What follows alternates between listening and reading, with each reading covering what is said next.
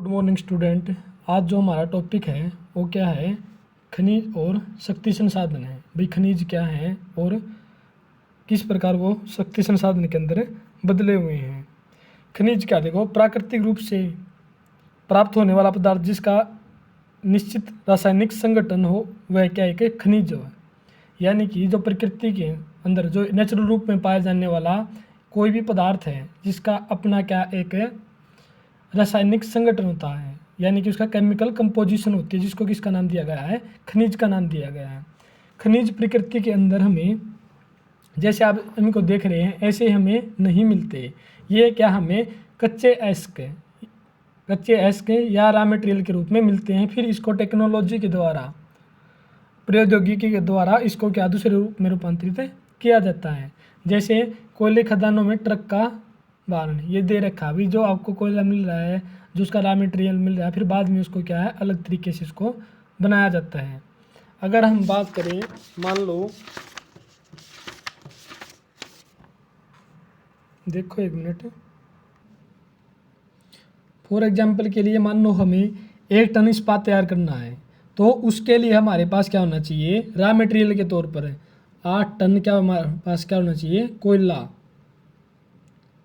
और 4 टन अयस्क यानी कि कच्चा लोहा, और 4 टन क्या होना चाहिए हमारे पास अयस्क, और 1 टन क्या होना चाहिए आपके पास, 1 टन चूना पत्थर, 1 टन चूना पत्थर। यानी कि 8 टन कोयला और 4 टन अयस्क और 1 टन चूना पत्थर से, यानी कि 13 टन माल से 1 टन इस्पात आपका क्या होता है, तैयार होता है। आगे बढ़ते हैं, देखो इसमें आगे क्या कहता है, देखो भाई इन्होंने खनिज के बारे में बताया है। खनिज सभी स्थानों पर समान रूप से वितरित नहीं है। अगर हम अर्थ के ऊपर बात करें, जो खनिजों का वितरण है अलग अलग अक्षांश पर अलग अलग मिलता है, या अलग अलग कॉन्टिनेंट में आपको अलग अलग खनिजों के प्रारूप या उनके वितरण को देखने को मिलते हैं।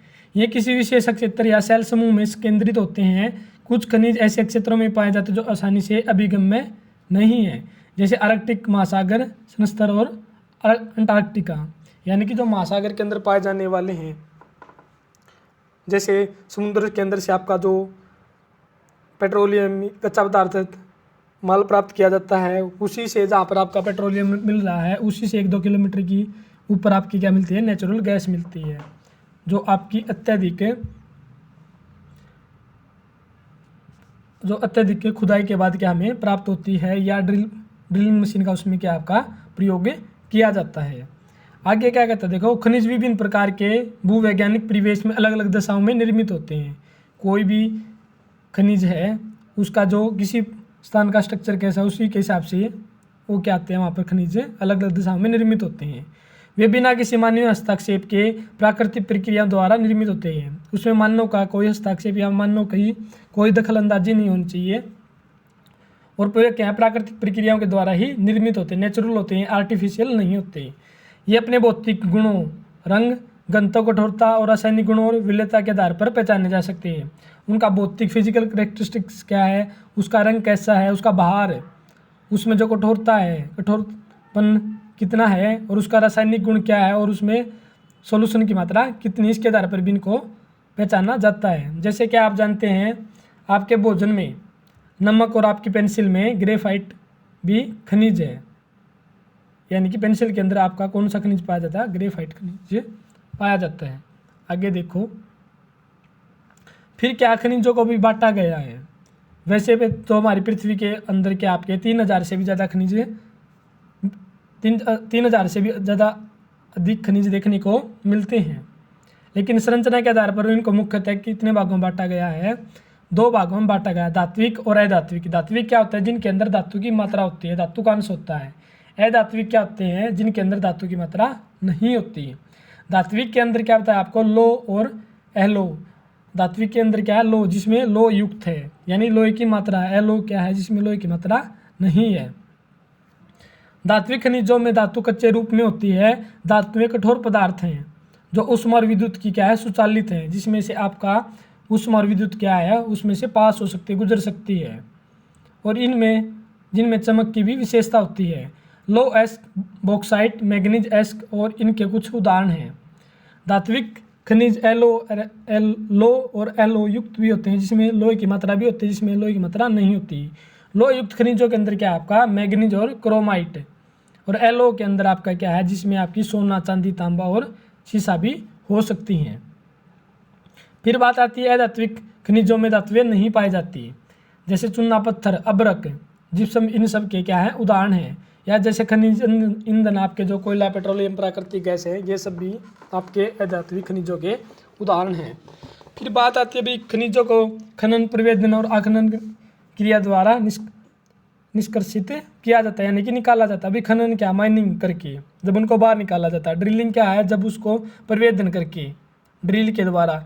और आखनन क्या, क्वायरिंग के क्या है, ये एक प्रोसेस इनको बाहर निकालने की। आगे देखो इसमें क्या कहता है, जो आपको क्या आप जानते हो उसमें देखो पहले एक बार। सेल खनिज अवयव अनिश्चित संगठन वाले एक या एक से अधिक खनिजों का एक समूह है। यानी कि सेल क्या है, सेल खनिज अवयवों के अनिश्चित संगठन वाले एक या एक से अधिक खनिजों का एक अवयव या एक समूह है। एस्क किसे कहा जाता है, सेल जिनसे खनिजों का खनन किया जाता है। सेल है कोई भी रॉक्स है जिससे आपके खनिजों का प्राप्त किया जाता है, उनसे उनको खनन किया जाता है, उसको किसका नाम दिया गया, एस्क का नाम दिया गया है। पृथ्वी यद्यपि 2800 से अधिक खनिजों की पहचान की गई है, जिनमें से केवल 100 एस्क ही खनिज समझे जाते हैं।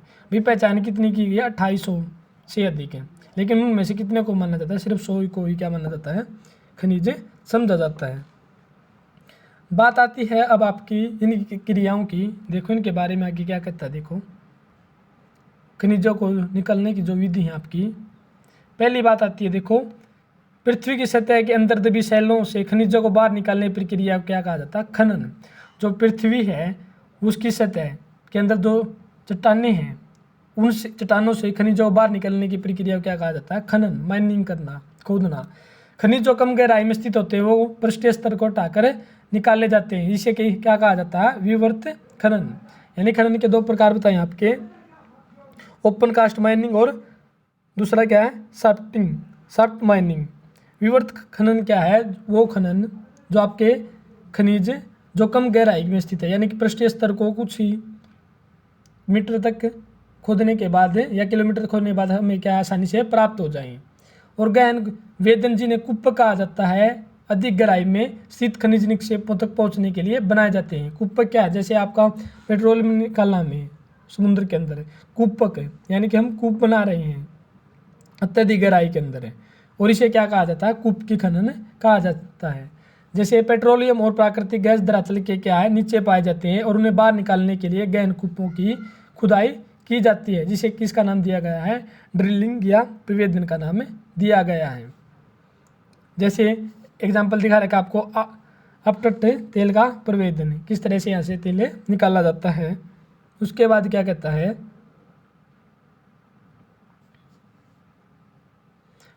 सतह के निकट स्थित खनिजों जिस प्रक्रिया के द्वारा, यानी कि जो आपकी आखनन थी, भी सतह के निकट जो खनिज है, जिस प्रक्रिया के द्वारा, जिस विधि के द्वारा उनको बाहर आसानी से खोद कर निकाला जाता है, उसको किसका नाम दिया गया है, आखनन का नाम दिया गया है।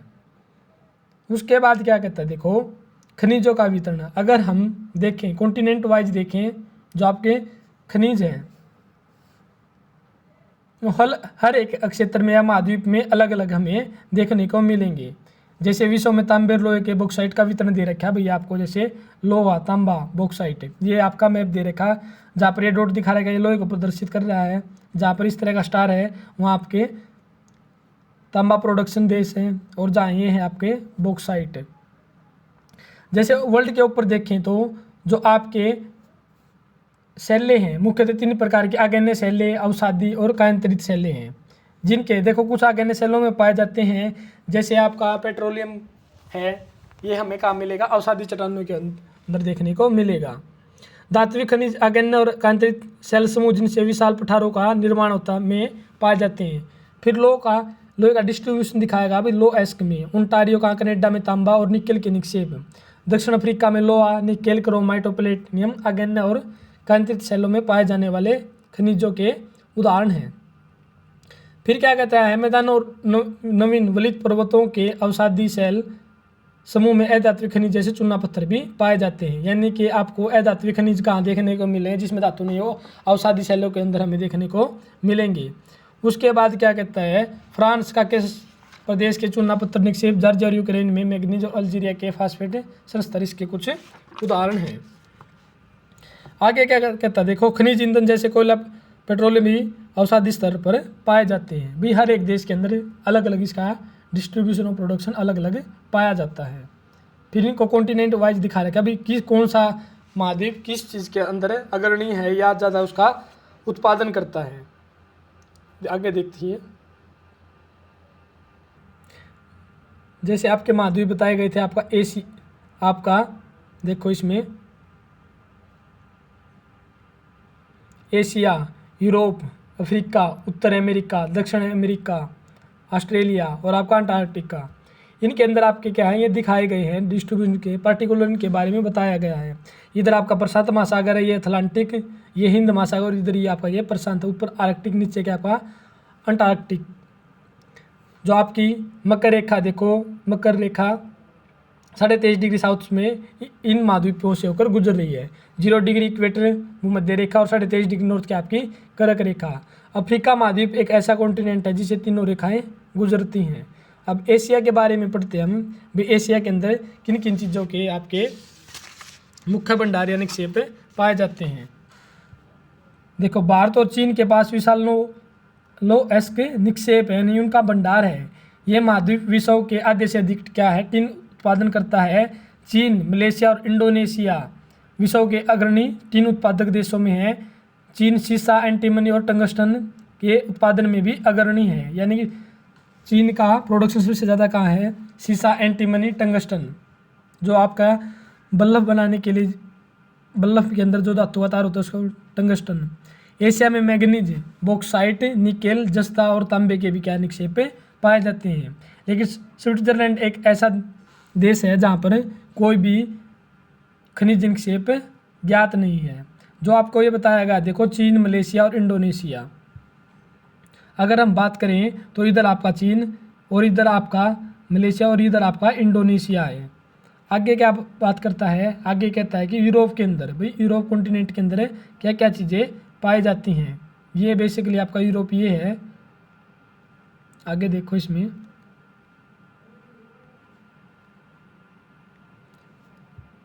जैसे उत्तर अमेरिका के बारे में हमने पढ़ा, भाई 3 क्षेत्रों में बांटा गया है। इसके ग्रेट लेक्स के उत्तर में कनाडियन शील्ड प्रदेश, अपलेशियन प्रदेश, पश्चिम की पर्वत श्रृंखलाएं, लोएस्क, निकेल, यूरेनियम और तांबा कहाँ से, कनाडियन शील्ड प्रदेश है। जबकि कोयले का कहाँ से प्राप्त किया जाता है, अपलेशियन प्रदेश से प्राप्त किया जाता है। कोयले का कहाँ से किया जाता है, अपलेशियन प्रदेश से। और पश्चिमी कार्डिलेरा में तांबा, सीसा, जस्ता, सोना और चांदी के विशाल क्या है, निक्षेप मिलते हैं। आगे क्या बताएगा, दक्षिण अमेरिका के बारे में बताएगा। अभी ब्राजील विश्व में उच्च कोटि के लोहे का सबसे बड़ा उत्पादक है। यानी कि देश कौन सा है उच्च कोटि के लोहे में, आपका ब्राजील। और महाद्वीप की बात आई थी लोहे के उत्पादन में, तब कौन सा था, आपका यूरोप है, जिसमें आपका चिली, पेरू तांबे के अग्रणी उत्पादक हैं। ब्राजील और बोलीविया विश्व में टीन के सबसे बड़े उत्पादक हैं।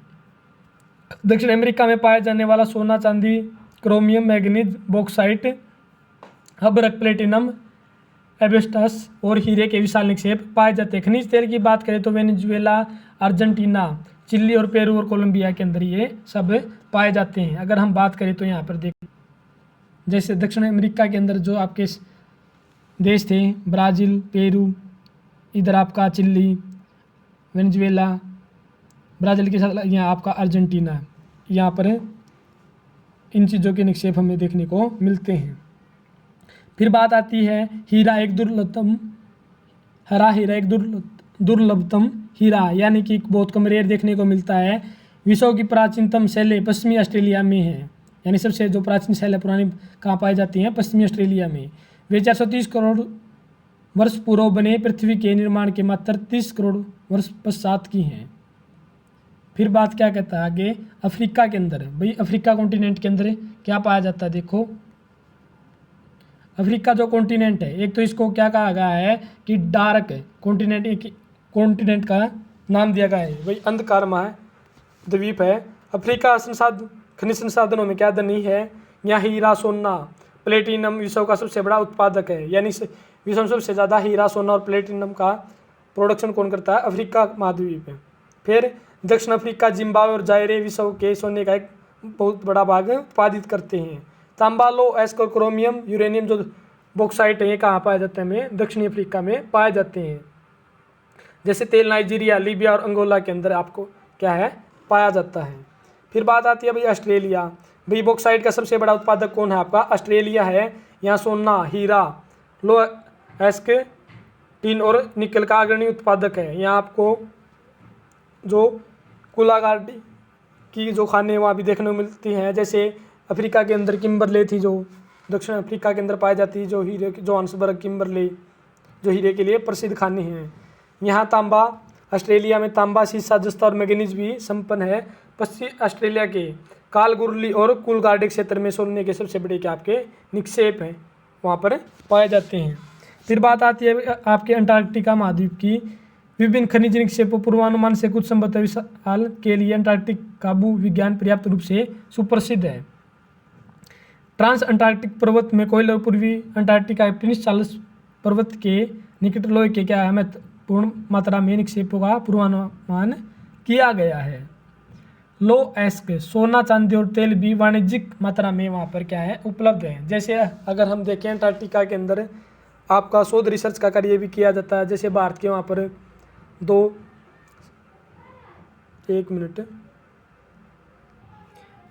जैसे अंटार्कटिका के अंदर रिसर्च का कार्य भी किया जाता है। जैसे भारत के वहाँ पर 2 रिसर्च सेंटर हैं, जिनका नाम कि दक्षिण गंगोत्री और मैत्री है, जो भारत में वहाँ पर स्थापित कर रखे हैं। फिर बात आती है आपके भी खनिजों के उपयोग की। भी खनिजों का उपयोग क्या है, इसके बारे में हम अगली वीडियो में डिस्कशन करेंगे।